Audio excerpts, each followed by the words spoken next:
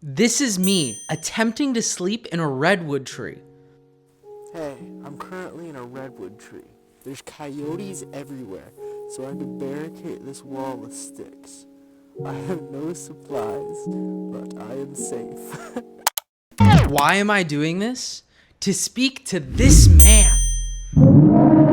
I spent $2,000 turning my room into a podcast studio. I even removed my bed. Since I spent all of my money to create videos for you guys, I didn't have enough money to sleep in an Airbnb. So my only option was to go into the woods. I am doing this because I want to speak to as many unique perspectives as I can. Welcome to my new channel, The Midnight Experience. This man realized something that no one else did. The entities that people encounter on DMT are often the same. He created a book documenting the main types of entities people see on DMT. At one point, this was the best-selling DMT book in the world. Do we see the same entities on DMT because of modern media shaping our perceptions? Or is DMT allowing us to tap into another layer of reality? And this was my most significant conversation because of something he said in the middle has fundamentally changed the way I look at reality. David J. Brown. Thank you for that kind introduction, Max. It's a great pleasure to be here with you today. I've been so excited to speak with you. Your book was so incredible. My favorite part about it was when you talked about the day-old question, if DMT entities are something that are outside of our mind or a construct within our mind. But you brought an entirely new perspective. You mentioned the idea that there is a form of unity, one mind, that the psychedelics allow us to have access to. And I would love to hear more about your perspective on that. Yeah, well, I mean, that's just the big question, right? Do the entities have an independent existence? And I have personally been wrestling with that idea since 1983, since I had my first DMT experience. Wait, sorry to pause you, but could you bring your mic so it's like facing upwards Yeah. towards your mouth? Yeah. Let me see, maybe I should do it here? Yep. Sorry. Oh yeah, that'd be great. Yeah. Is that good? Yeah, so you've been wrestling with this question since the 90s, you Yes, said? so I have been wrestling with this question since 1983 when I had my first DMT experience, which I'd be happy to recount at some point today. But, it's you come out of this experience and it's like people say realer than real. That's the thing. And what that basically means is the way you feel like when you wake up from a dream. And it's like, oh, that dream wasn't anything real compared to the now that I'm experiencing at this particular moment once I've woken up. That's the way it feels when you're in a DMT experience. Like you've woken up from a dream and all this reality is just kind of like a low-level animation, by comparison to the high-resolution, multidimensional aspect to the DMT experience when you break through into hyperspace. My particular idea that you mentioned, the idea of one mind, comes from the way I've related to my dream characters. Do they have an independent existence or are they part of me? And I think of them as both. I think of them being part of my own mind, but also having a sort of independent existence because we're all connected. We're all part of one universal mind. There's me and my little mind here with my dream characters, and then there's the cosmos, the whole universal mind, God, which you want to call it. And that, I think, we're all like characters in the dreaming mind of God. Mm-hmm. So I think that as above, so below, I think this idea relates to both levels, so that's where I've gone with that idea. So in other words, do people think it's only in your brain? I don't think it's only in your brain, but it's only in your mind, and your mind extends beyond your brain into other dimensions. Do you think then our brain is like a limiting factor of what we can perceive? Yeah, I think that's one of the best models, I think, right now, is that the mind acts as sort of a filtering system. This, of course, goes back to Aldous Huxley's idea of big mind, little mind. in his book, The Doors of Perception, where he first hypothesized that, that the brain is more of a filter, filtering out, the immensity of cosmic experience into what's just necessary for biological survival on planet Earth during this limited, era in human history. And this has been confirmed by more recent neuroscience studies that Aldous Huxley wasn't aware of back in the 1950s when he did mescaline with Humphrey Osmond back in Los Angeles before the whole psychedelic revolution. But I think he was totally right on, and some of the research that people like Roland Griffiths have done has shown that psychedelics act as kind of a filtering system, that they actually, instead of actually activating more areas of the brain, what they're doing is reducing activity in the brain and sort of letting the underlying dynamics of the brain to sort of become more conscious, and also for parts of the brain that aren't normally communicating with each other, just to suddenly develop new pathways and new communication signals with one another, and those pathways then can sometimes live on long after the psychedelic experience is over. Oh, you talked about his work. He found that instead of creating like higher brain models, it's actually reducing activity. Yeah. Could you tell me more about that? I've never heard that before. Oh yeah, that's one of the.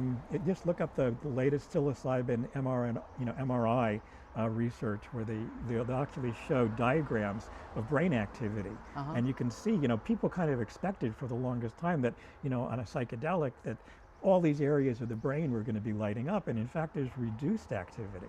It seems like mostly the left brain is sort of suppressing the activity of the right brain, and once the psychedelic molecules nestle their way into the synaptic cleft, with the 2A receptor, serotonin 2A receptors, then it seems like what's actually happening is reduced. There's reduced activity, which is kind of paradoxically what a lot of people weren't really expecting.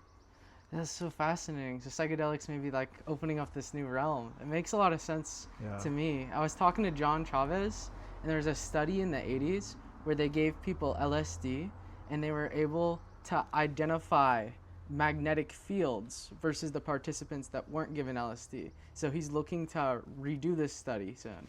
Yeah, that's really exciting research, because the thing is, for the longest time, people kept, skeptics kept saying that what people see on psychedelics are hallucinations, and that's the leading neuroscience, approach towards, understanding what's happening during the DMT experience, which is, of course, the most profound of all the psychedelic experiences. And I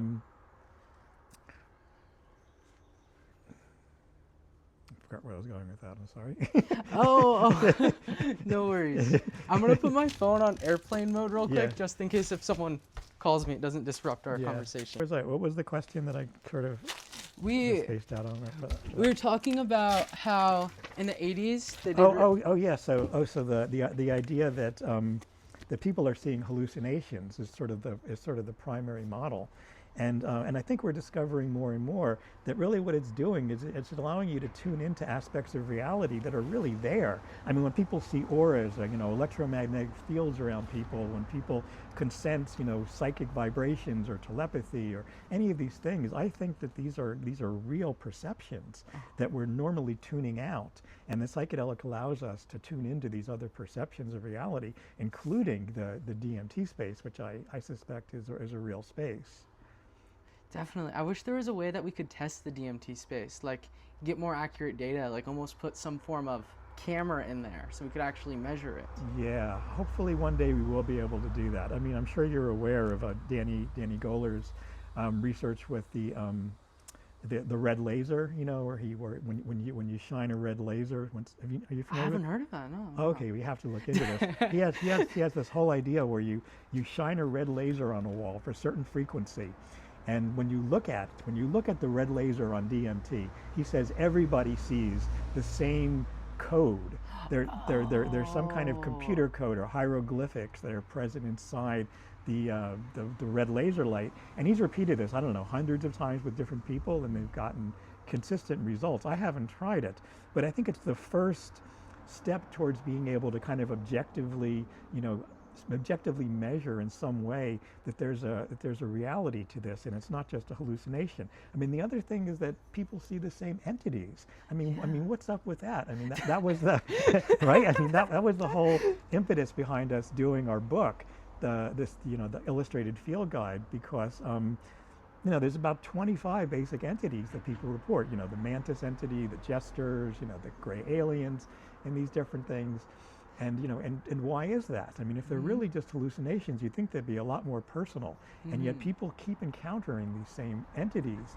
And also the other thing is that when you go into hyperspace, I mean, people feel like there's a continuity, between experiences, one experience and another. And sometimes people bring back information, from another person's psychedelic experience, like Shane Moss talks about that experience with the Purple Lady, and he says somebody else, a friend of his, did DMT, and they came back and said, oh, there's this purple gypsy lady, and she said to say hi to Shane, and Shane was like, holy shit, how the fuck did you hear about that, right? So there's really interesting anecdotal evidence, and I think it's just a matter of time, before we can develop some kind of objective measurement. I don't know that we'll ever be able to prove that the entities themselves are conscious, independent, and independently existing entities. That may be harder, but I think we may be able to prove that there's a genuine reality to this space. But whether we can actually measure their consciousness is a whole nother ball game, because I mean, how do I know you're conscious? I mean, I don't know any consciousness outside my own brain, and I'm just assuming that you're conscious, and I assume that other people are conscious, and I assume that animals are conscious, and I think that probably even plants are conscious, and maybe even inanimate objects, maybe the stars are conscious, maybe AI systems are conscious. I mean, but whether we can actually measure these things is something we may never be able to do scientifically, because that may be sort of the ultimate mystery, is how do we judge another consciousness outside of our own, besides the experience of, say, a mystical union, where you feel a symbiotic union with everything.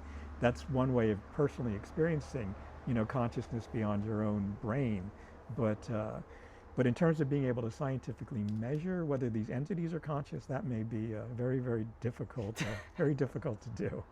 Because you talk about the idea that no matter what question we ask these entities, we won't know if they're conscious or not. Like if you go into the DMT state and ask a complex math problem and they give you a result, there's two situations. You either could have solved that problem yourself, or they give you an untestable answer. Yes, or you could be picking it up psychically from somebody else, or you could be tapping into the collective unconscious. There's lots of different ways of looking at this, besides those being independent entities that are giving you new information. I mean, you can't rule out psychic phenomena, and which is a much simpler explanation, that people are experiencing telepathy or shared consciousness. That's a simple, Occam's razor says that, you should always go for this simplest explanation first. And that's a simpler explanation, that people are experiencing telepathy. So the psychic phenomena can't be ruled out. So it's a very, very tricky area to try to be able to understand whether these entities are conscious. But if people can stay in these states for extended periods of time and bring back, say, new scientific theories, or say, technological blueprints for time machines or matter transporters or starships or something like that, right? I mean, that would be pretty good evidence. But it still wouldn't constitute proof that these are, that these entities really exist, because we may never really be able to measure that for sure. It goes back to the ideas of like solipsism, the only conscious being. It seems like the only way that you can prove that anyone is conscious is to experience it simultaneously with your consciousness. Yeah, that seems like that's the only way. It's so tricky, and it's part of the great mystery of the universe. Going back to your idea of these different archetypes, you talk about in your book of that insects are one of the very few creatures that we can't find DMT with, but we so often experience these Yeah. forms of mantis entities. I've personally experienced it too. Yeah. And it's just such a strange phenomenon, that coincidence. Isn't it strange, Max? I mean, yeah, I mean, it's so weird that I mean, DMT is ubiquitous throughout nature. It's a very simple molecule, you know, it's the precursor I mean, tryptophan is everywhere in nature. Tryptophan was found recently on an asteroid. I don't know, that was millions of years old. It's in the earliest life forms, the earliest one-celled life forms, you know, used tryptophan and developed serotonin. And DMT is just, you know, a couple of molecular steps away from serotonin. And it's found in almost every single mammal and almost all animals and almost all plants. It's in every glass of orange juice that you drink. And no biochemist can tell you what function it serves. It's this like really weird mystery. And, you know, nature just doesn't do that. It doesn't, you know, it's very economical. It doesn't, you know, spend all this energy making something that has no use. So why is it everywhere? Why is DMT everywhere? And it's such a mystery.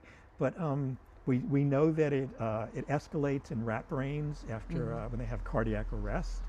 So we know that it's, you know, it could be related to the near-death experience, and a lot of people, you know, hypothesize that. Some people have thought that maybe it plays a role in dreaming, but we still don't really know what function it serves. What was the other part of that question? We can just keep going with this flow. I asked Dennis McKenna this question, and his response was that it's just such an amino acid that it's frequently appeared in nature, but it still doesn't answer your question of why it's appearing in nature. Yeah. It's such a strange phenomenon. Yeah, it's a great mystery. Oh, and insects. Why? Oh, yeah, yes, yes. insects. Insects, of course. Why don't insects, you know, have it? I mean, no one knows why. For some strange reason, insects seem to be the only real animal that's exempt from this DMT thing. And then to add to this mystery is why so many people encounter insect-like beings, particularly the mantis being is very, very common. My first experience was with a mantis entity. My very first, in 1983, my first experience with the mantis entity. You know, it had very insectoid, you know, features, and it's just, again, you know, one of these great big question marks. I mean, I don't have any theory as to why. You know, could it be that because the insectoid creatures are themselves, you know, from the DMT realm, so they don't need this kind of molecule, or who knows? I mean, you can only speculate, but it's you know, we're entering into science fiction or something like that when we do. Yeah, we don't really have anything to go off of. Just the idea itself is very intriguing. I think it's going to pose some questions in the future. Yeah. So you're saying Dennis McKenna, when it was about the common amino acid, you were going? Yeah, he thought his answer was that it was just because it's so frequent among nature, it's easy to synthesize for all beings. Yeah. But it doesn't go into a deeper why question. Why it's everywhere in nature, why it's in our bodies right now as we're talking, you know, and why it's such a powerful psychedelic, you know, and just, you know, slightly higher than above the endogenous levels. You know, I mean, like, what is that about? You know, and the whole nature of the DMT experience, where, you know, you're encountering beings that seem to be so much more intelligent than human beings. I mean, vastly more intelligent than us. I mean, we're like, you know, just like, you know, primitive monkey creatures to these beings, right? You know? We really are. Yeah. One of the biggest reasons I was interested in talking to you is that I was born with a penile cyst. I was just thinking about that. I was really curious. I wanted to hear about that, actually. Yeah. Yeah. So I read your book, and I was like, started to theorize if these experiences I've had without DMT are related to this phenomenon. I've experienced a lot of lucid dreaming throughout my life, and going to these what feels like higher dimensional places. And I've talked to many different creatures, and especially these creatures that are undescribable with human words. Even when I look at them, I can't describe what they are, but they always take me to this school of telepathy, and they try to teach me the techniques of telepathy. Wow. And you have a lot of experience with like lucid dreaming and the DMT space, so I'd love to hear your thoughts on this topic. Wow, well, that's so fascinating to hear, Max. Well, first of all, let me say it's very unusual, first of all, for people to experience characters in their dreams that aren't human or animal. That's it. You know, I mean, people do have aliens, and I have smoked DMT in lucid dreams and had, you know, experiences like that where I've encountered entities in the dreams, but that's actually rare. And only during one lucid dream did I ever experience an entity that was able to overpower me, which is also very rare, because people think they have so much control in a lucid dream, and this entity was definitely more powerful than I was. What you're describing, I find so fascinating. The idea of entities overpowering you in dreams, I've had similar phenomenons, like beings of light, like taking over. And sometimes my dreams, they feel like they're going on for like 11 hours, even though I'm only asleep in this state for probably a few hours. You're so lucky. That's so wonderful. No, that's so wonderful. I mean, I've had many hundreds of lucid dreams, you know, in my life, but I've had to kind of work at them. I really have to practice techniques. They don't happen, you know, lately they kind of happen spontaneously, but what you're describing is really wonderful. I mean, the whole idea of going to a telepathy school, I find just so fascinating. You should really write a book about that, I think. I would have definitely included you in one of my books if I had heard these stories back then. But, you know, in my most recent lucid dreams, I've been lucid dreaming since I've been about 16 years old. Yeah. And for many decades.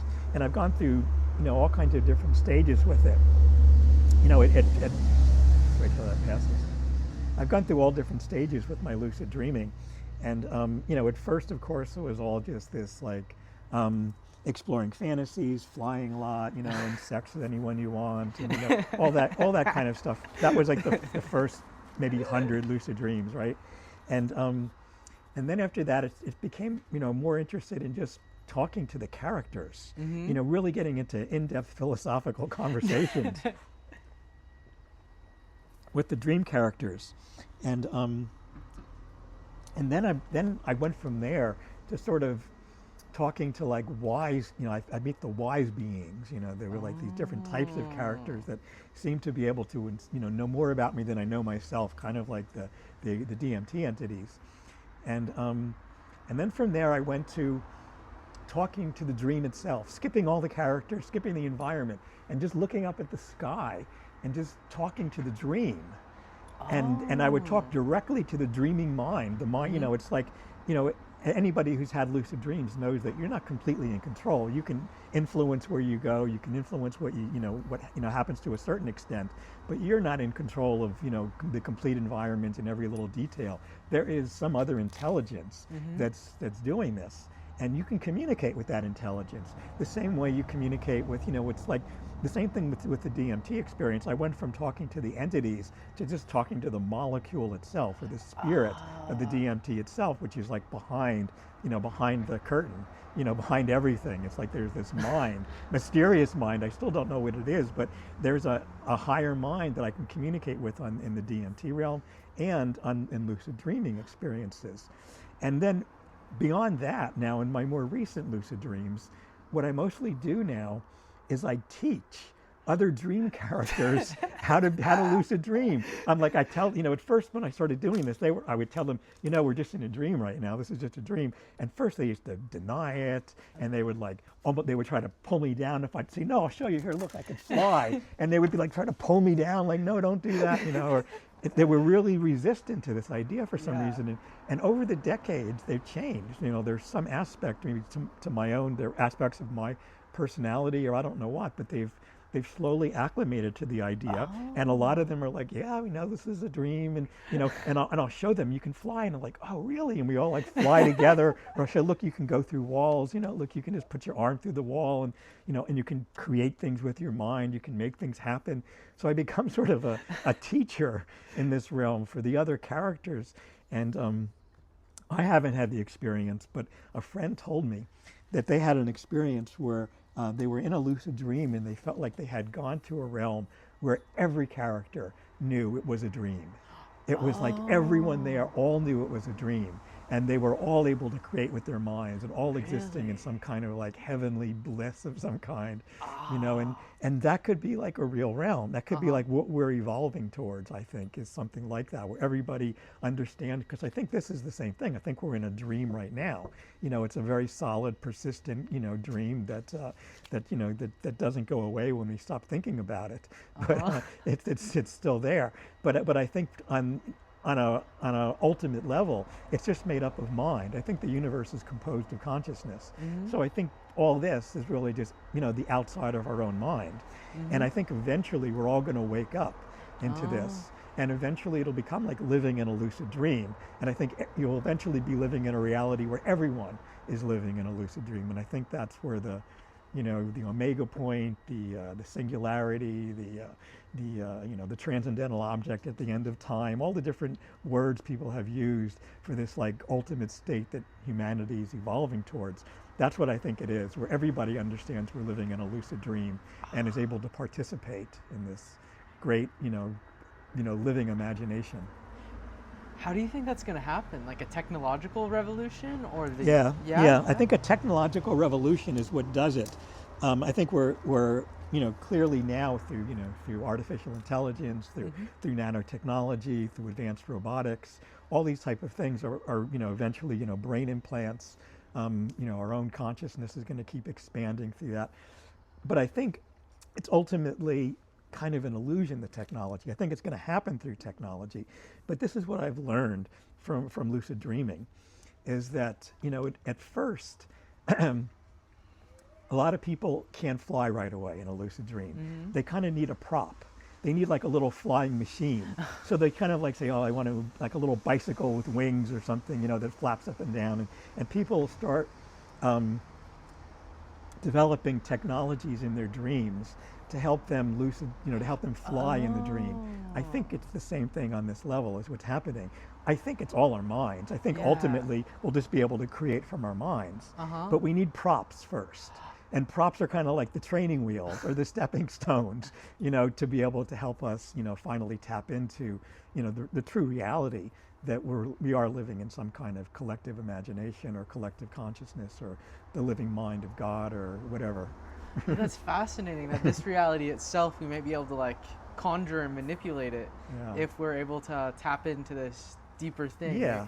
And we're starting through technology, like right now, like everything that we can do on a computer, you know, the way we can use AI to create any kind of image we want now through language. I mean, wasn't that what Terence McKenna was always saying, is through language? Isn't that interesting that through the large language models now we can create images through language, you know, just by describing, and the better you describe what you want, the better you can create imagery that corresponds to that. Well, I think that's just the beginning. I mean, eventually that's going to not just be imagery on a computer, eventually that's going to be nanotechnology is going to actually create reality in front of our eyes. I mean, we're actually going to be composing reality from our minds. We'll get brain implants or things like that, or little bands we wear around our head or something that'll transmit our thoughts and our imagination into these little nano machines that'll be able to replicate and build, you know, anything that we imagine. So I think that's, you know, it'll happen through technology, but then ultimately it's going to kind of be like, you know, the ultimate realization we don't need it. You know, that's when we fully awake. But it's like in the lucid dream where you need to have a technology to aid yourself to learn how to do the abilities. Yeah. Do you think anyone's ever learned these abilities in our reality, not lucid dreaming? Oh, sure. Do I think other people have learned to levitate and fly? And oh yeah, I mean, there's certainly reports of that. There's plenty. There's a great book called They Flew. Which I highly recommend. I can't remember the author's name right now, but it's a history of all the reports throughout history of levitation, and people, you know, there's I don't know if you know, the Catholic Church, for example, has all these records of saints that supposedly used to levitate, and these are part of like the legal record from these times. They're like, with all the court cases, they were taken as fully as facts and supposedly witnessed by, like, you know, hundreds of people would see people levitating. And I think that kind of corresponds to how people fly in a lucid dream. It's like most characters can't fly in a lucid dream. They haven't figured out that they can. And I think that once you kind of, can break free from the belief that you can't, you're on your way to being able to actually do these things. And I think ultimately you have the power to do anything with your mind. I think ultimately everybody does. That's fascinating that there is Yeah. full court records of people like full on levitating. Mm-hmm. I wonder like how we're able to levitate in that sense. Like these people, we're full of electricity. Is it something to do with like electromagnetism? Your guess is as good as mine. What the physics are, I don't know. I mean, I really don't know. But some kind of the same way, some kind of anti-gravity mechanism maybe can cancel out gravity in some way. I don't know. Oh, imagine if someone was able to do that in our time. Like how much it would break the general media Yeah. and the status quo. What that would accomplish. Yeah, or would they be suppressed? Would they be taken by the government and hidden because because maybe these people do exist because I think like extraterrestrial contact or alien spacecrafts, which a lot of people speculate have been hidden from the public. They did. The what was it called, Stargate, Yeah. the research they were doing that was part of the federal the CIA's secret research into psychic phenomena, because they realized there's something to it. So these things aren't, even though they deny, every major science journal denies the possibility of psychic phenomena. Governments know that it's real, and people that experience it know that it's real, and parapsychological researchers know that it's real. For 5 years, I was involved with research with British biologist Rupert Sheldrake, and we compiled, mountains of evidence to support telepathy. I mean, there's more evidence for telepathy than there is for the existence of water, but most people don't even know this. It's like hidden, from the public. So if somebody was able just to levitate, would they be, taken into a secret room somewhere and say, don't ever do that if you want your family to live? I don't know. Maybe I'm just being a little paranoid, but No, yeah, I think it's completely valid. but I wonder if maybe that's why psychedelics are illegal. I mean, even if it's not conscious, if there's like some kind of, if people in control benefit from keeping people asleep to these higher realities and possibilities that their own minds can do. Let's imagine I'm a person that's never done psychedelics or had any spiritual experiences. What would you say to have me convinced or realize that telepathy is a possibility? Well, just think to your own experience. I mean, have you ever just thought of somebody and then the phone rang and it was them calling? That's one of the most common forms, I think, of telepathy that the average person experiences, is the anticipation of a phone call. It's very, very, very common, especially people you know well, like your mom or or a brother or a sister or a boyfriend or a girlfriend, somebody who you're very emotionally close to, that you'll think of them and maybe not even haven't thought of them in months or years, and then suddenly the phone rings or you get an email from them or something like that. That's really common. A lot of people experience that. I forget what the percentage is, but a much, much higher percentage than chance of people experience that. And some of the research that Rupert's done is he's actually had, people who are very close, people who experience this the most are identical twins, people who are identical genetically. And when he's actually run experiments where he's put identical twins who have reported this into a room where they have a dedicated phone line that that someone can call on, and it has to be like one, and maybe 4 different people can call on that phone line, and one of them is going to be her sister, and she has to guess by random chance which one it is. When she says, okay, the phone rings, and she has to guess it's one of the 4 people. And she'll guess that it's her sister, like way more than chance. I mean, I forget exactly what the statistics are, but way better than chance. There's tons of research like this. Dogs can anticipate their owner's arrival. We were able to show. I mean, I did research that was part of this, where I would set up a video camera by the door or by the window or places where people the dog is repeated to wait. I'd have people go out at random times. We'd control for all the things skeptic says. The same time of day, the smell of the person, the sound of a TV show, that was always played at 5 o'clock or a certain time, or the sound of the car. So, we had people come home in wheelchairs. We had people come home at random times during the day. We controlled for every single one of these things, and we still got significant results that the dogs were able to tell that when their owners were coming home. And they would show this by waiting at the door or the window, greater lengths of time when they were on their way home compared to when they weren't. So that's very powerful evidence for telepathy. And Rupert's idea, which I think is really brilliant, is just that telepathy is not some mystical ability. It's something that evolved through natural selection, like any other biological mechanism, because it has survival value, as does the sense of being stared at. That's the other one. Is that, have you ever felt someone, wonder something, and you turn around and there's someone looking right at you? Almost everybody's had that experience. And when you actually do scientific research, you blindfold people and have them try to guess. They do way better than chance when somebody's staring at the back of their head at guessing whether somebody is or not. So these things like psychic abilities are they have survival value. So if they are possible, why wouldn't they have evolved through natural selection like any other biological trait that aids to our survival?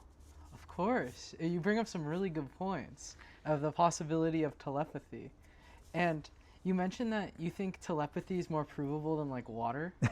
Well, I was kind of exaggerating a little bit, but there's an incredible amount of evidence for telepathy, is what I'm getting at, and it's way more evidence than most people realize, and and it's just kind of odd that so many people are like, well, that's never been shown scientifically, has it? And I'm like, well, actually, it has. If people are interested, they should look into Dean Radin's work. Dean Radin. Yeah, Dean Radin. He's written a number of books on this, and he's a parapsychological researcher who used to do work at Princeton and a lot of prestigious universities, and is now at the Institute of Noetic Science in Northern California. And he summarizes, he's done a meta-analysis of all these different psychic research experiments that have gone on for decades and show that the odds against chance are like billions and billions to one. I mean, just astronomical.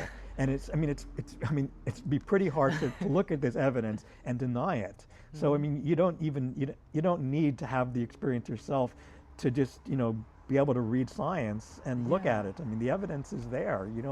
It's just, most people are just conditioned to look at it and have some kind of cultural reflex against it.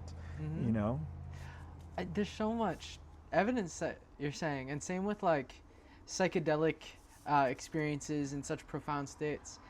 I wonder what it would take to convince the general public that these are valid claims, valid experiences.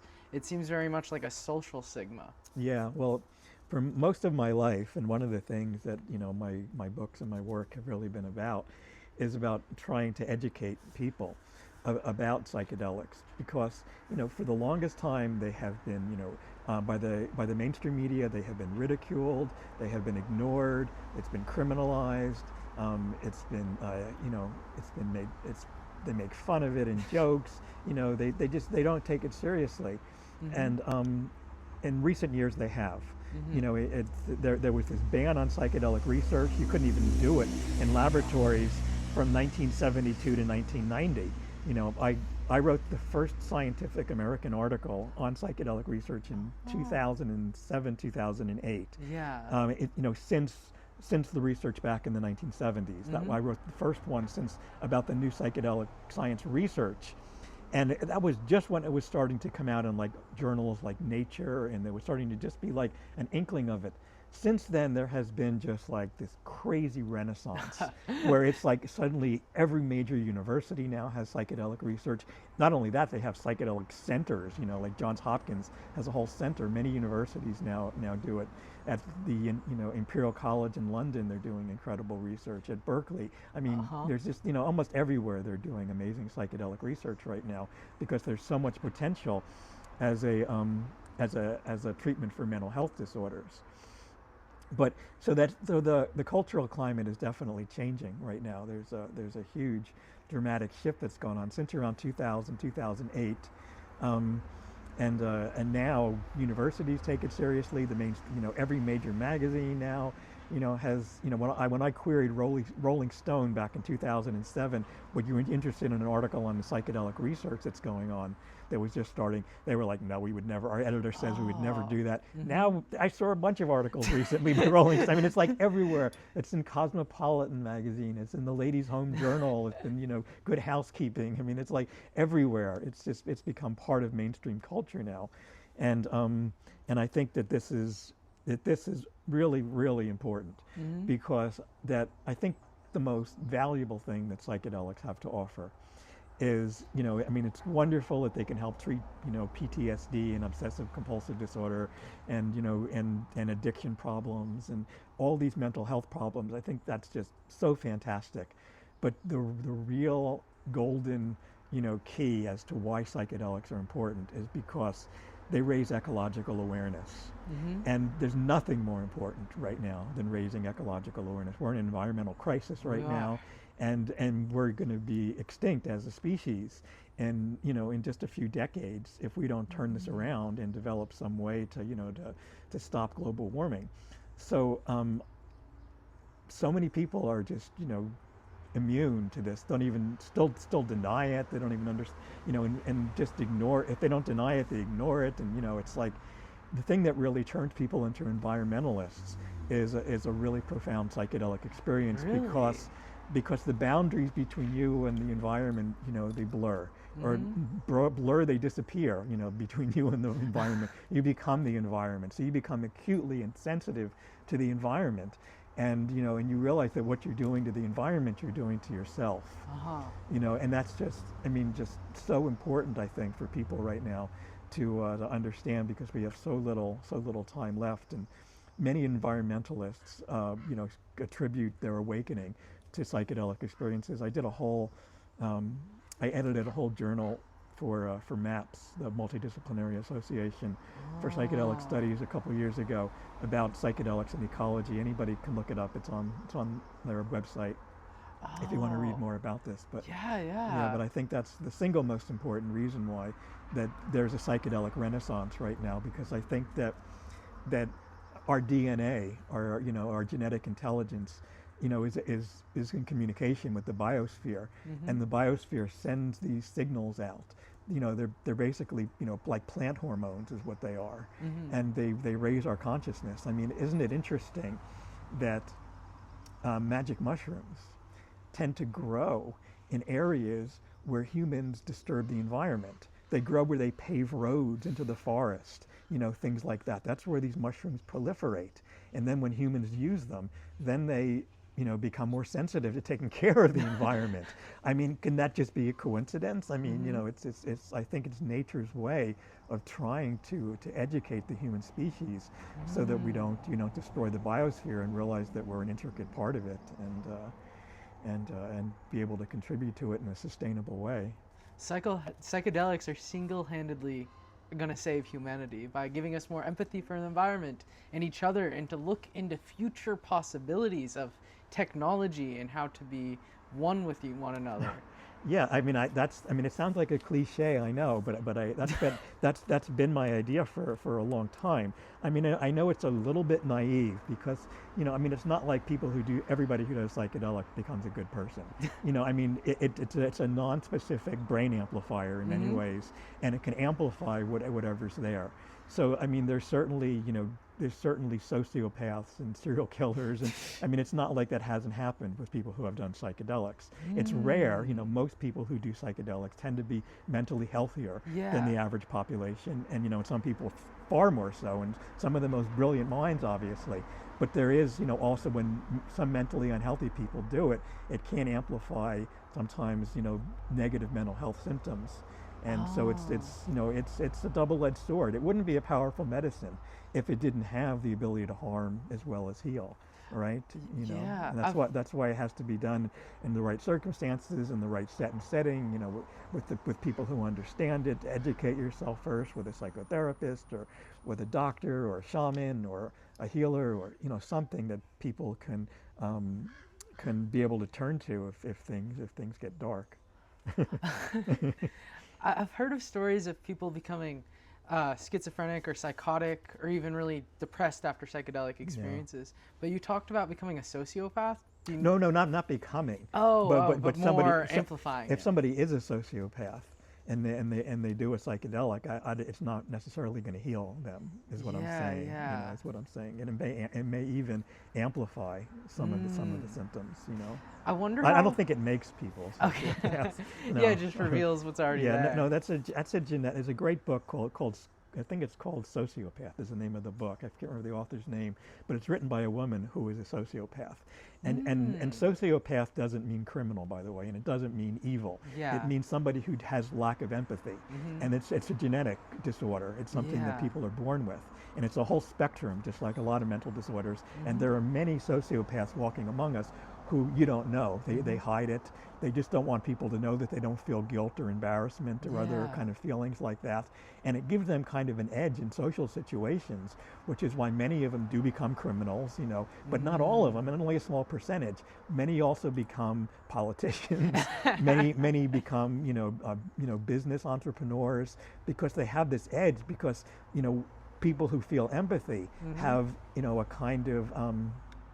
a kind of weakness in some sense, and they have kind of a strength over people if they don't get embarrassed or they don't feel scared or social anxiety. This gives them like an edge over people, and but it can also be extremely dangerous because it's the empathy that holds us together, that holds us together. So, but I don't really know of cases, but I'm thinking of someone like Charles Manson, for example. I mean, there are certainly examples of people who have done, psychedelics who were, probably not the most pleasant to be around. Although I did, I corresponded with Charles Manson for a while. Did you? Yeah, by mail while he was in prison, and I don't know. He was nice enough to me, but who knows? Yeah, I mean, we all have different ways of viewing society. Like the Unabomber participated in a psychedelic study too. Right. Yeah, there's been a few different examples. Yeah. With you and I, we've had very profound psychedelic experiences that have created this great passion and life journey. But I've met so many people that have done psychedelics, and a large percentage of them haven't had these large revelations or philosophical realizations. They kind of just treat it like any other drug. And I was wondering if you have any idea what causes certain people to become so passionate like you versus kind of seeing it as any other drug. Yeah, I've thought about that. I mean, the majority of people who do psychedelics are young people. They're mostly people in their teens and 20s. That's when I'm not sure what the statistics are right now. It's changed over the last couple of decades, but I remember maybe around 10 or 20 years ago, reading statistics about who did LSD, and it was primarily like teenagers and people in their early 20s. And when it got to be like over 25 or 30, the statistics were so low that they were almost non-existent. Like it was like according to their statistics, like nobody over the age of 30 like ever did it anymore. And for the majority of people, it's something that they do in their teenage years or as part of a rite of passage. I mean, traditionally it's done. It's done in culture as a rite of passage, right? I mean, in the Amazon, they do ayahuasca as part of a rite of passage when they reach adolescence, 12, 13 years old. And first of all, I thought about why that happens, because that's right about when we're losing the magic of childhood, right? I mean, isn't that right about, where we have this when we're children, our imaginations blur with reality, and anything could happen and anything is possible, and everything, that can be just so delightful in ways that are hard to imagine. And right around the age of, 11, 12, 13, we start going through adolescence, puberty, and we start like losing that magic. We're so eager to get out of it too. I can't wait to be an adult. I can't wait to get married. I can't, we're like so eager for these things. And we realize, suddenly like, whoa, as we're moving into that, we're losing that like magic from childhood. And what psychedelics do, and why I think they've always been used kind of a rite of passage, is like, oh, you can always remember it. You can always go back to it. I mean, there it is, because it brings you back to that, that delightful innocence of childhood. So where were we? What was? So we were talking about that some people don't really have profound experiences. They just Yeah, as to why. So the majority of people do it when they're young, as teenagers or in their early 20s or in college. It's very, very common. And the majority of people, I've spoken to a lot of people who have done psychedelics, the majority of people, it enhances their senses. Oh, it made the concert, more, the music, I got so into the music, or I went to go see I went to go see Star Wars tripping and it was really fun, and, or something like that. And that's just most people, it's a sensory experience. It just enhances their senses. And it doesn't really, activate those higher brain circuits. Yeah. I just wrote a chapter for a book about the 8th circuit model of the brain, Timothy Leary and Robert Anton Wilson's model of the brain. And there's most people they hypothesize that there's 8 different brain circuits that we all have potentially latent in us, but most people only activate the first 4, which are like, survival, emotional, intellectual, and social circuits.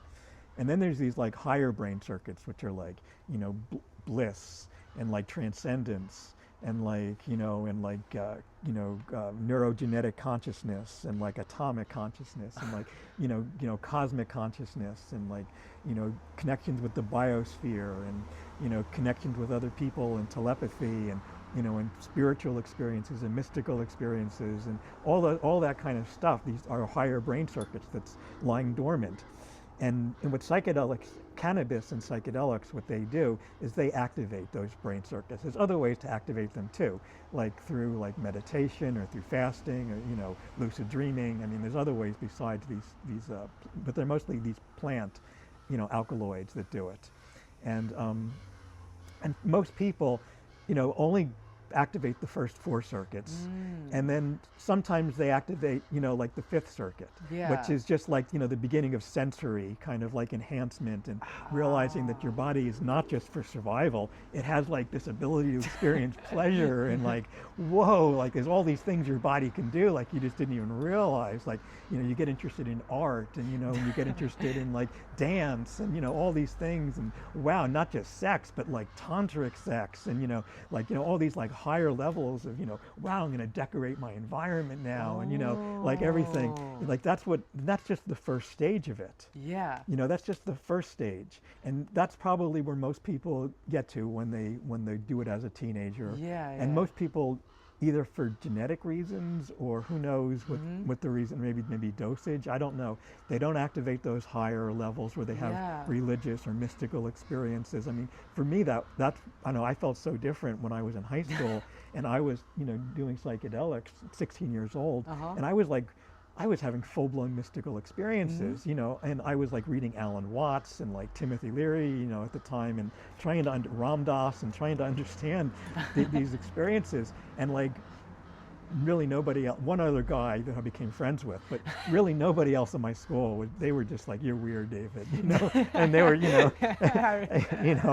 so I've been very, very aware of that problem for my whole life that you're describing. Or maybe not a problem, but just I've been aware that most people don't become psychedelic prophets, and most people don't feel compelled to like want to do it again or reach higher and higher states and explore them and sit there with a journal and write it down, or and then educate other people and write books about it. And most people don't want to do that. For whatever reason, I was one of those people that did. I've just always been interested in consciousness my whole life. Always interested in dreams. So, for some reason, it just was like almost like what I was looking for. I really relate to you being that person that's like so spiritual and open about psychedelics, being around so many that aren't. Like when I've seen large groups of people do psychedelics, the majority of them don't have these types of experiences, and it's so strange to me. And if I had to guess, sure, it's partly like psychological, partly environmental, and there's probably partly a genetic factor. Like Rick Strassman in the 1990s, when he started doing DMT research again, he found that 2% of people don't even have effect when they try DMT. So it may be these same people don't have the genetic factor to get into these higher states you speak of. Yeah, I think that's probably the case. I think that's probably the case. One interesting addendum to that is that there's actually genetic markers. There's actually a genetic change in people who have done ketamine at a psychedelic dose, but not at a higher dose or an anesthetic dose. Oh. Or, where people have been put out for surgery, for example, they don't have that genetic change. But people who have done doses for like psychonautic exploration or, psychotherapy, at that middle range, there's some kind of genetic change, measurable genetic change. Oh, do you know So- what the genetic change is? I don't know. I forget what the name of the actual marker on the gene is, but and I don't know if anybody knows really what it means. But for some reason the DNA molecule has a way of recognizing when you're in a psychedelic state. I mean, isn't that crazy? When you think about that, because if at an anesthetic level it doesn't do it. When it reaches a certain level, it's only when it's at the conscious level does it do that. That it has a genetic change Yeah, on you. yeah. People go through a genetic change of some kind. So you could measure if someone has had a psychedelic experience with ketamine then. Yeah, yeah, If you had data from them like Yeah. before and after, I would assume. yeah, yeah, That's so insane to yeah, me. yeah. If it's persistent. I'm not sure how persistent it is. If it stays over time, but I would think it would be. I think it would be. Yeah, I want to look into that more. Mm-hmm. So I want to try to like fully synthesize DMT endogenously and Mm-hmm. try to like prove to the general public that I guess there's no way to actually prove my experience, but talk about it at least Mm-hmm. and show them that this chemical is within us. So for 19 hours straight, I did a mantra, and I For ended 19 hours straight, you repeated a mantra? yeah, on a live stream. Oh my God, that doesn't even sound possible. You seriously repeated over and over, just Yeah. one mantra for 19 hours? Oh my God. I'm gonna try again because I believe I can go for around 50 hours. Wow.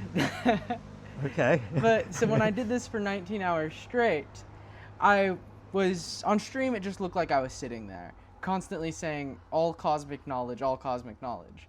But in my mind, I am in a completely different dimension. I'm in this psychedelic realm, this table with these different archetypes, these creatures that are having a discussion about all cosmic knowledge. Like, I'm not even in my room while doing this challenge. And I had like such insane time dilation. While the entire experience was 19 hours, it only felt like an hour to me because I entered this weird Wow. psychedelic like state. And I want to try to do this challenge again, but with more of an emphasis on the endogenous DMT with like fasting or maybe including breath work. And I was wondering if you have any suggestions for me. Wow. Well, you just blew my mind, Max. I mean, I've never heard of anybody been able to do that. I mean, I've been practicing transcendental meditation since I've been 14 years old, and I repeat a mantra for about 20 minutes. So I mean, it's hard to imagine repeating it for that many hours straight. That's wild. Well, that really shows incredible dedication. I'm impressed.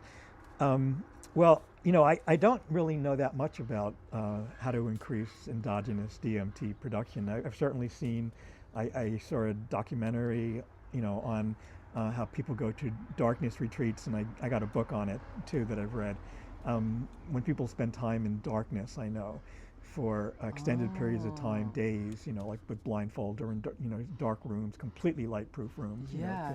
And they that seems to be one of the key things that seems to produce endogenous. Almost everybody who does it says they start seeing DMT-like visions after, I don't know what it is, 24 hours or 48 hours. I forget how long you have to go before it starts.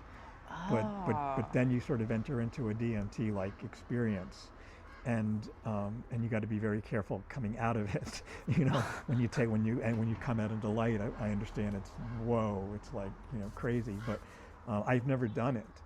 But for what I understand, that's one of the ways. I mean, we know that the DMT is produced in the lungs. We know that. So that's why breathing exercises. A lot of people report that could also be helpful. That's one of the oldest yoga techniques for altering consciousness, right? Is controlling your breathing in and out deeply, breathing rhythmically, slowly, deeply. That's one of the oldest tricks in the book for altering your awareness, right? Yeah. And and it could be related to DMT, and it could be related to a lot of other things, and endocannabinoids. It could be related to all different neurotransmitter levels. It could be shifting endorphins and things as well. Wait, why would you say endocannabinoids out of curiosity? I think endocannabinoids tend to be activated during deep breathing, massage, exercise, running, things like that. I had this intuition when I was in massage therapy. I think also, I think I had this intuition when I was very much younger, when I went to massage school, and and I used to run every day. I don't really do it anymore, but I used to run every day. I was really into running for a while, and I used to get a high that was very similar to my cannabis highs. And I made the connection, and people used to always, there was kind of a kind of myth at the time that the runner's high was created by endorphins. And I remember thinking, it doesn't feel like an opiate to me. That's not what it feels like. It feels like something else. And then at the University of Georgia, there was the first study that linked endocannabinoid production and jogging. So there is now, it's an established link. And there's been even a more recent study also that established that. So it's pretty much, demonstrated at this point that, heavy exercise does activate endocannabinoid system, your internal, cannabis system, basically.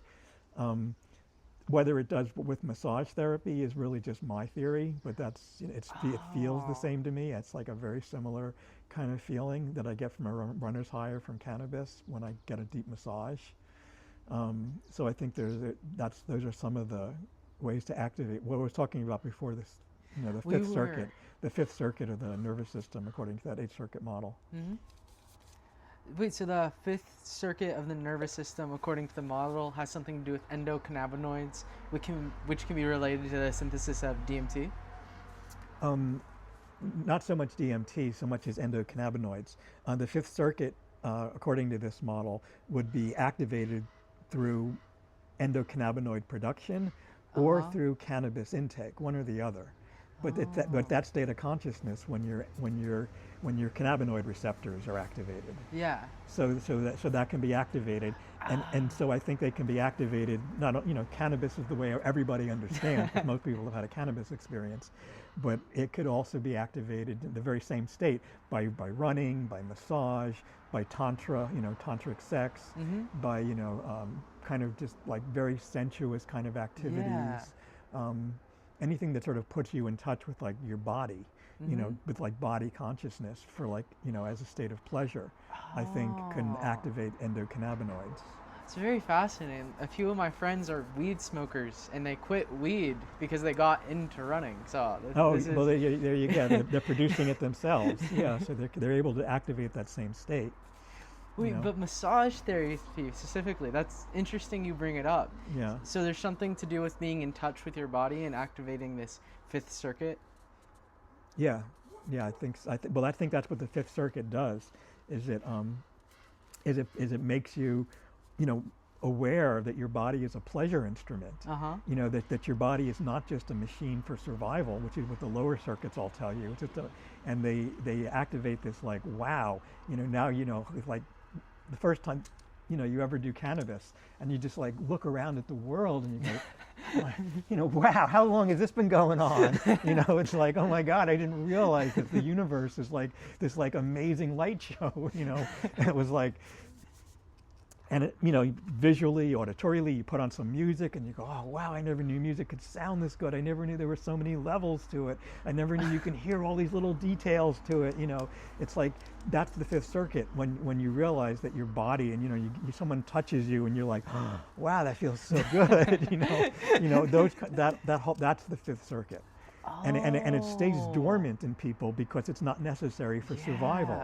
You don't need it for survival to survive. It's once you've gotten through, like, I don't know if you're familiar with Maslow's hierarchy of needs in psychology, but it's basically that, you sort of move up these levels as you satisfy, first survival, how you have to make sure that, you're eating properly, that that you have good shelter, that you have good medical care, your basic survival. Then your next level is like, make sure you're emotionally balanced, make sure that you're not, really angry or depressed, or, suffering from some kind of emotional trauma that you haven't addressed, then like make sure that you're like intellectually, conversant, that you're able to read and educate yourself and communicate with other people about ideas, and then make sure that, you're socially, able to communicate, that you can then, that you then know how to, get along in society, that you can become part of a group, that you can operate, together with other people, that you can in harmony, and that you're, able to become part of a community and become part of a nation and part of a world, and all those kind of things, and that you can now, negotiate with other people sexually, and you can have babies and become part of that whole, part of the, the web of life. And that's all that's necessary for survival. Once you've gotten through all that, though, then you're like, then your body says, okay, now you can do the next level. And it's like, and there's ways to activate it. It doesn't, but mostly having all those things taken care of. And then once you activate that next level, it's like suddenly you realize, oh, my body is not just a machine for survival. I can also use it to become like a god, And then all the psychedelic experiences up to lucid dreaming and up to out of body, that's all just like the evolution of that. Once you've like reached that higher that higher trajectory of circuits.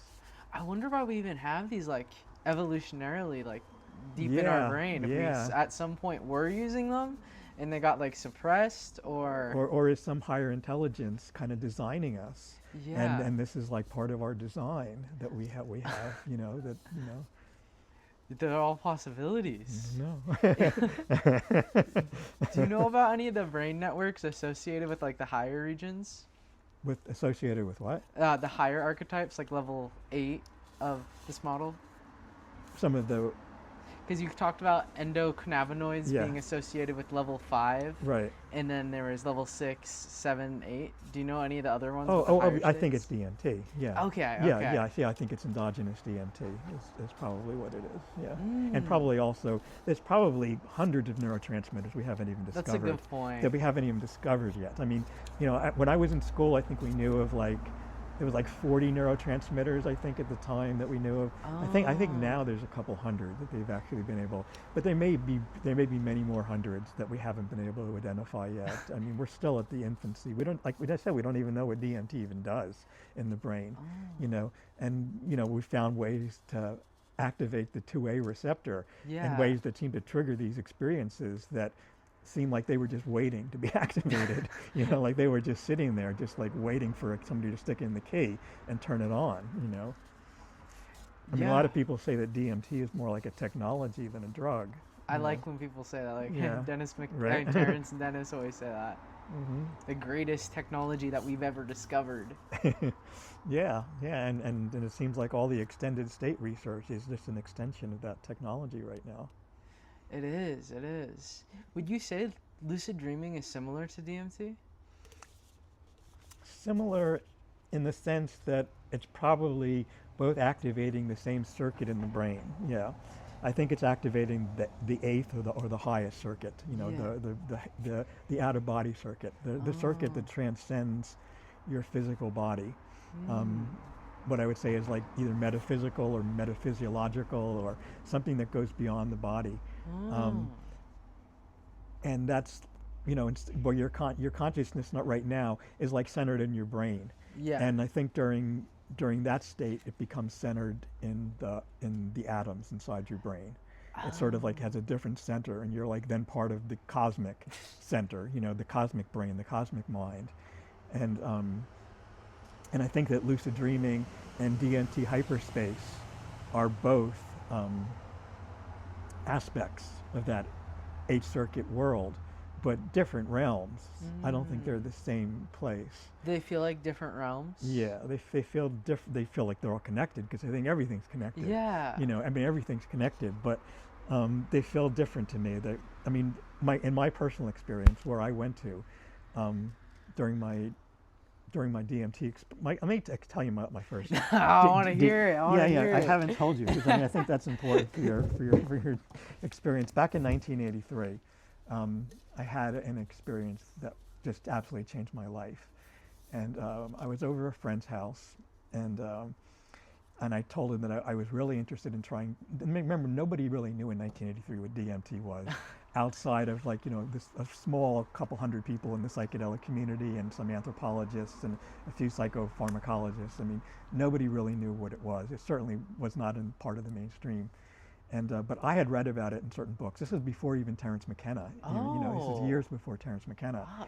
And but I had read about it in books, and I just knew it was very powerful, and I knew other people who had done it, particularly Peter Stafford, the author of the Psychedelics Encyclopedia, who I got to meet when I first came to Santa Cruz, and Bruce Eisner, who was the person who turned me on to it, who unfortunately, they're both no longer alive, which is why they can talk about them, the drugs that they did, but it's no secret that Peter Stafford did lots of psychedelics. He wrote more books about it than I did, but Bruce turned me onto it in his living room one day. I really wanted to try it, and he's like, "Oh, I have some," and he scraped some together from the bottom of his kitchen drawer. It was like this weird orangish powder that he had on the bottom of his kitchen drawer with all this other crap in the kitchen drawer, right? And it looked so friggin' sketchy. I can't even tell you, right? And I'm like, oh God, what am I getting myself into here, right? And he brings it out. He goes, "Oh yeah, there's enough. Don't worry," or something like that. I found enough. And he has this contraption in the middle of his kitchen, living room table, that looks like some oversized bong, and he puts it in it and uses some kind of blowtorch to light it, And I remember this is back in 1983, before hardly anybody knew how to do this stuff. I mean, it's kind of amazing that he was so educated and knew exactly what to do. But and he says you got to take three big hits, right? Yeah.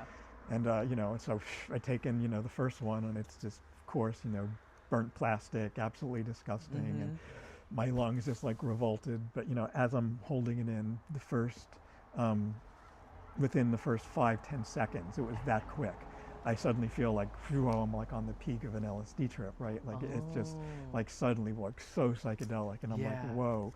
And within 10, 15, 20 seconds, it's escalating higher than any other psychedelic trip. It's, it's like, whoa, this is the highest LSD trip I've ever had, way higher now. It was escalating. And I held it in for probably, I don't know, maybe 40, 45 seconds maybe, let it out, and then took in another one. And at this point, I was way higher than anything I'd ever done before. And the visuals were, of course, just absolutely crazy, just insane, fractal, visual imagery that was just morphing in super bright colors and just, amazing, like I'd seen on other psychedelics, but just way more intense. And then this, of course, just kept escalating. At this point, I started getting fucking scared, and I was like, "Holy shit! How deep is this gonna go? What the fuck?" And he's like, and I let it out. And he's like, "One more," and I'm like, "Oh, seriously?" And I'm like, it was like that time I went parachuting. I just had to kind of trust. When I jumped out of a plane, okay, I just have to really trust. I got to surrender to this. And I took that one final hit, and within maybe 5-10 seconds of that third one, suddenly I felt like I just burst through a membrane. I was just no longer in that living room. I was suddenly in another space, and the first thing I noticed was that I could see in 360 degrees. I could see all around me at once. That was no behind me, or I was able to see completely all around me. And I'm looking around, and what I see is some kind of strange cross between an alien laboratory and a playground, an inside, inside was it was inside in some enclosed space. Yeah. And it was a combination playground, alien laboratory. And I'm just and there were just things there that I just can't even begin to describe or remember, but there was just crazy shit there. And I'm just looking around, and the first thing I notice are that there were these little tiny beings, elf-like beings, and what they're doing is there's like a machine of some kind with these tubes, like all these tubes sticking out of it, and they're diving into the tubes, like one end, and they're coming out the other end, right? They're like diving, going through this machine, like they're just like diving into it and coming out of it. And I'm just like looking at this, and as I'm like watching this, within some seconds, I don't know how much time, another being notices me. Suddenly a being notices me and comes rushing over to me. And it's like this giant mantis-like creature, right? And it pins me down, like it has all these legs, and it pins me down to this like table or something. And I'm just like pinned down, flat down, and it's like completely indifferent to me. It's like completely indifferent, and I look at its face, and it has my face on it. It has my own face on it, and it starts doing something. It hooks up like something to my head, and starts doing something to me where it felt like when you know, I don't know if you've ever been to the eye doctor, but they test your eyes by putting these like little circle things over your eyes, and they keep shifting the lenses, and they say, you know, to look clearer like this or like this or like this or like this, and they keep changing the lenses. And this being was doing something like that, that was shifting my entire sensory experience. It was like it was like injecting some kind of sensory experience into my brain that was visual, auditory, tactile, olfactory, every single human sense, and more some. And it was measuring my reactions to them. And then after measuring them, adjusting something in my brain to each one of those. I was somehow aware that this is what was going on. And it was doing it very fast. It was like one after the other, and it was just going like this, like this, like this, like this, and like one incredible, crazy, synesthesia sensation after another. And this went on for like an eternity, and it became terrifying, and like I didn't know if it was going to stop, and it was just it was overloading me. It was just way more than I could possibly handle. And I started actually saying, please stop. I was just like, stop, please stop this. This is just like too fucking much. I wasn't laughing at the time. But it ended, and I started coming out of it. I started coming out of it, and I'm not sure exactly what the transition point was, but I started coming out of it, and the first thing was like that popped in my head was, oh yeah, I'm a human being who did a drug. I was like, oh my God, I had completely forgotten that that's what the experience was. I was just so immersed in this other thing happening that I had completely forgotten my whole identity, on this planet, and even what kind of animal I was. I mean, it was just, and then I remembered like what I was, and oh yeah, and that's what happened, and then, it became very pleasant, and I felt like, basically like a strong mushroom experience for like the next 20 minutes, and I just kind of sat there and I was going like I was kind of like oh, I get it, I understand. It's like I felt like I was just getting insights and revelations into things, and within 30 minutes I was back to baseline. I was like completely 100% back to baseline, and like I was able to drive home, and and even though I was completely 100% down, the day hasn't gone by where I haven't like thought about that. I mean, and that was like, that was why I did the book. I mean, I thought about it for just decades. I just kept thinking, was that real? Was that real? It felt realer than real. As I was describing before, and I don't know. I still I'm agnostic about it. I don't have a definite feeling, about it, whether it was real or not. But it sure seemed like it did. It sure seemed like it did. I genuinely really appreciate you telling me that story. It was so sincere and personal.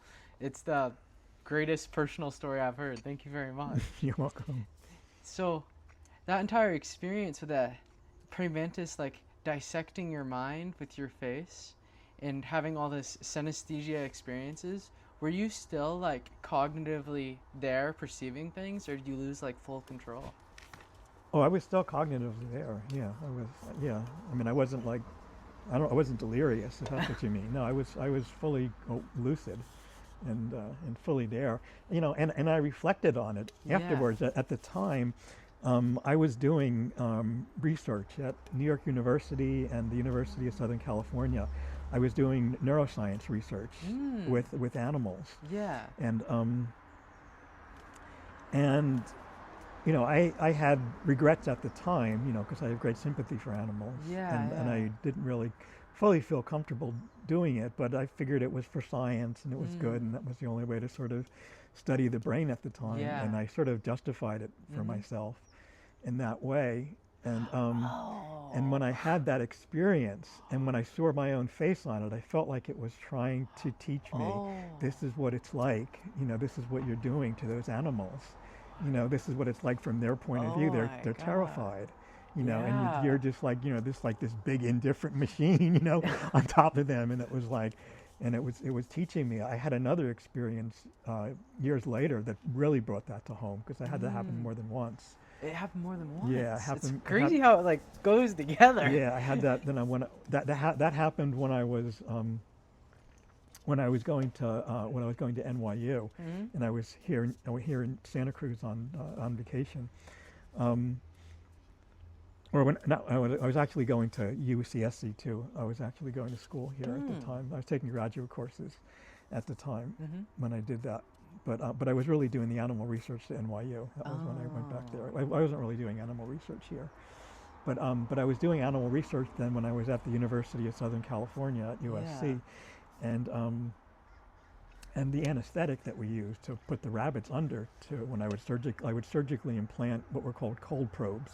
Yeah. I implanted electrodes into the rat brains at NYU, and cold probes into the brains of rabbits at USC, and to surgically implant them, I would first put them under anesthetically, and the anesthetic that we used, of course, was ketamine, right? Oh. And at the time it was, again, this was back in 1990, really before most people had heard of it. It was not like a party drug. It wasn't something that most people knew about. But I, of course, knew about it from John Lilly, who I was spending time with, and from that whole crowd. That was kind of, but it was like a secret that almost nobody knew about. And somebody convinced me to take some home and try, which again, the brave psychonaut that I am, I did it, and took it home, and I did around 50 milligrams of it, and I found myself in an alien laboratory again. Oh. And this time, I was surrounded by giant rabbits. Remember, that's what I was surgically, planting on. I was, doing brain surgery on rabbits. All of a sudden, I was in a laboratory, and giant rabbit scientists were doing brain surgery on me. And that was, when I came out of that experience, it was just so plainly obvious that I was being told, that this was just not the right thing for me to be doing. Did you listen? Did I listen? Yeah, to the DMT. Well, I was actually thrown out of the doctoral program at USC within a few months of that happening. Yeah. Because they thought I was crazy.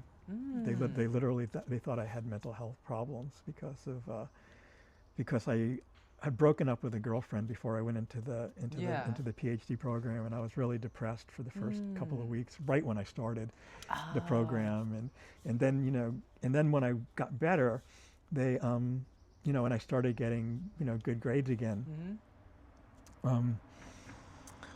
I just had so many wild ideas about extraterrestrials and psychic phenomena, and I would talk about these crazy things, and they just didn't want me in that program. They were like, this guy is just like, he's just nutty. And, that's unfortunate, because those ideas have merit, and they should be considered. So anyway, but that was the end of my academic career. Was back in 1990, but I did complete a year of my doctorate work there. And I did get to work in the neuroscience lab for a year. Well, that's exciting. And it really wasn't, my path to work on animal brains and to do that kind of research anyway. I knew that ultimately I wanted to be kind of a renegade writer, maverick. I mean, I knew that that was sort of my plan all along, you know, because I was following kind of in the footsteps of Timothy Leary and John Lilly and people like that. I wanted to kind of establish myself in the academic research world first, and use that as a as a launching pad for being able to then do my own thing, and so people would then take me more seriously. You know, that was the plan all along. Man, I have so many thoughts. Going back to our earlier conversation where we were talking about multiple receptors associating with the DMT experience, we may be just giving DMT too much credit. It may just be in a combination of these receptors that are causing these mystical experiences. Oh, yeah, I'm sure. Yeah, I'm sure it's not just DMT. I'm sure there's a whole symphony of neurotransmitters that play a role in every conscious experience. I mean, that's what the brain is. It's a soup of biochemical, you know, impulses and waves of activity that are constantly shifting and changing, and you know, and the chemistry is changing from one minute to another, and there are probably, you know, hundreds, if not thousands, of neurochemical reactions going on simultaneously. So Yeah. Good way of looking at it. yeah. I wonder how many people's minds you've opened from your writing. It would be cool if there was like a statistic, because you've definitely expanded like human consciousness. Well, thank you. I appreciate that. I always am happy to hear when somebody says that my work was helpful or instrumental in their own awakening process. I don't, you know, it obviously wouldn't communicate anything to anyone who isn't awakening themselves. I wouldn't have an audience if there weren't other people who were awakening to these higher circuits, so they understand what I'm talking about, you know. Exactly. Yeah. Very much. So expanding consciousness. For someone with similar goals as you to try to promote these ideas and help people guide and heal and lead to philosophical realizations, do you have any suggestions with me creating videos and artwork and writing? Gosh, suggestions for how to reach a greater audience, you mean, or how to communicate to More about impact. I feel like that's what's important when it comes down to it. I mean, I guess in my own case, what I would say is the person that I'm primarily communicating with in my books is my younger self. It's like, I think, what is the kind of book that I would have wanted to read when I was a teenager and I was like first, you know, turning on to acid? You know, like what would be the book that I'd be like looking through a bookstore and be like, whoa, I gotta get this. You know, like what would be, you know, that's the person I'm writing for. So I guess I would assume that there are all these younger versions of you out there. And write in a way, or not write, or write or make videos, or you know, whichever, you know, creative medium you're going to use to communicate to people. Do it in a way where your younger self would have, you know, been like, wow, this is so cool. You know, this, you know, wow, this is, you know, like, yeah, that was really good advice. Yeah. I wasn't expecting it to be that good. Neither was I. That came out pretty good, so good. I'm glad we both came to that, because I just realized that as I was saying it. I feel like you didn't even try. It was just like poetic. Yeah, I didn't have that in mind. I realized that as you asked me, as I was thinking about the question. My friend was a monk in Thailand for 6 months, and then he came back, and now he's working with a graduate team on research, developing neurotechnologies for the general public, so we'll be able to just stimulate our own receptors and theoretically be able to create neurotechnology psychedelics. What do you think about the future of neurotechnology stimulating these states? Oh, well, you probably don't realize that the first book I wrote, Brainchild, is about somebody who develops a device that you put on your brain that activates any neurological experience you could imagine. So I've been thinking about neurotechnology ever since I've been, you know, implanting electrodes into rat brains when I was a teen, you know, when I was in my early 20s. So it's something I've been thinking about for a long time, and I've used every, you know, I have, you know, I don't know if you know what the light and sound and brain entrainment machines are. You put like goggles on and headphones. Like Audra Light? I don't know if that's an entrainment brain, because there's a whole bunch of them. I have like 3 different kinds. Oh, But basically what they are is you put these goggles on and headphones, and then they're connected to like a little mini tiny computer thing that runs a program, and it flashes the lights and pulses the sounds in certain frequencies that your brain, what's called entrainment, your brain mimics those frequencies, so you can deliberately put your brain into alpha, beta, theta, delta states, all the different brainwave states. You can dial and tune, basically, and put them in those states, and it's used as a meditation tool, and creativity enhancement or dream enhancement or different things like that. And then there's other brain machines that attach to your earlobes and make your body produce like endorphins, so you through like electrical signals. And the most exciting things are transcranial brain stimulation, where these little bands that you wear, they actually directly stimulate your brain centers. And there's a couple people developing technology from the research that was done at the Max Planck Institute in Germany, where they discovered that high frequency brain waves, or when you electrically stimulate high frequency brain waves, what are called gamma waves, in the prefrontal cortex, that it'll trigger when people that are in REM sleep, it'll trigger lucid dreams. So you can wear these things, and they're already available, and the people have already miniaturized them and mass marketed them. I haven't tried them, but they're already available. I don't know that the current models are really that efficient or that good yet, but there certainly will be eventually if they're not. It's definitely like it's definitely like a path towards being able to lucid dream on command. And probably they'll be able to replicate DMT experiences or psychedelic experiences or any of those things through transcranial brain stimulation. It's just, instead of chemical, it'll just be electrical. There's probably electrical patterns that activate those circuits. It's a matter of activating those circuits, and it could probably be done either chemically or electrically. At least that's my idea. And the guy I told you about earlier, John Chavez, in charge of Quest for the DMT Quest. Yeah. In his book, Questions for the Lyman Tamers, he talks about gamma waves for a large chunk of it. How in the DMT state we get these higher waves, gamma waves. Yeah. And similarly, they've done research where when business majors get an idea, they get activated gamma waves. So with this transcranial helmet you're talking about, not in lucid dreaming, but in normal waking state, is there any form of effects when you increase the gamma waves? Those brainwave machines, the sound and light entrainment machines that I was talking about, they have the capacity for gamma waves, and I've done them, and they're supposed to stimulate lucid dreaming. They're interesting states of consciousness when you go into it. I don't exactly know how to describe it, but it is a heightened state of acute awareness when gamma waves are oscillating through your prefrontal cortex. Another interesting thing, I don't know if you're aware, but they were able to record to do brain recordings of someone when they were dying.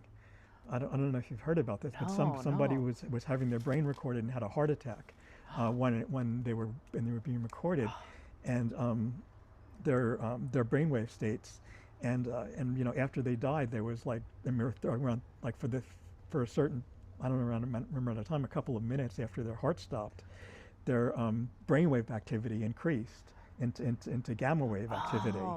So it became very, very high frequency brainwave activity right after their heart stopped. It would be interesting though if all these higher states of consciousness are just higher frequencies, gamma waves. Like that's crazy. When his heart stopped, the brain activity increased afterwards. Yeah. Brain activity increased, and we know in rats that their DMT levels escalated. In the John Dean San Diego 2019 study. Oh, maybe, I don't remember. Oh. Man. It's been incredible talking to you. I learned so much, and I really appreciate this time with you. Is there anything else you want to talk about? We can mention my book, The Illustrated Field Guide to DMT Entities. Do you want to hold it? I don't need to hold. Okay. I don't even hold it up. But yeah, that's my latest book. Anybody who's interested in my work can look at my website, davidjbrown.com is my website. You can find me on Facebook or on Amazon. I've written 19 books about the evolution of consciousness, and yeah. Wonderful. It's been a great pleasure. Thank you so much for this. It was an wonderful honor interview. speaking with you, Ben. Thank you for watching my video. If you are interesting and passionate and you want to share your ideas, email me. We should talk. Or if you know anyone, let me know. Thank you very much. I love you all.